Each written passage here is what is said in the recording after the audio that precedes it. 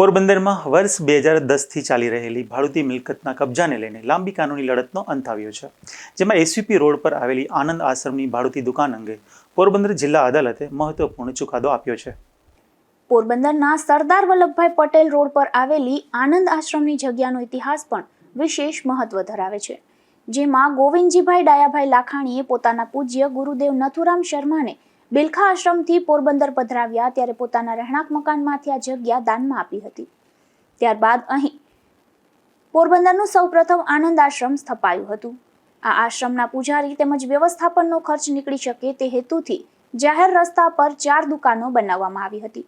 આ પૈકીની એક દુકાન પ્રવીણભાઈ વલ્લભદાસ મોઢાની બહેન રમાબેનને સીવણ ક્લાસ ચલાવવા માટે ભાડે આપવામાં આવી હતી. રમાબેનને કોઈ સંતાન ન હોવાથી તેમના ભાઈ પ્રવીણભાઈ મોઢા દ્વારા આ ભાડુતી જગ્યાનું વીલ કરાવી લેવામાં આવ્યું હતું અને દુકાનનો કબજો જાળવી રાખવામાં આવ્યો હતો. આ ભાડુતી મિલકતનો ખાલી કબજો મેળવવા માટે ગોવિંદજીભાઈ લાખાણીના પૌત્ર સ્વર્ગસ્થ ભોગીભાઈ લાખાણીએ વર્ષ 2010માં કોર્ટમાં દાવો દાખલ કર્યો હતો. નીચલી અદાલતે દાવો મંજૂર કરતા પ્રવીણભાઈ મોઢા દ્વારા જિલ્લા અદાલતમાં અપીલ કરવામાં આવી હતી. જિલ્લા અદાલતે સમગ્ર કેસની સુનાવણી બાદ મહત્વપૂર્ણ નિષ્કર્ષ આપ્યો હતો કે ભાડુતી જગ્યાનું વીલ થઈ શકે નહીં અને વ્યવસાય કે ધંધા માટે ભાડે અપાયેલી જગ્યાનો હક માત્ર વીલના આધારે વારસદારોને ભાડૂત તરીકે મળી શકે નહીં.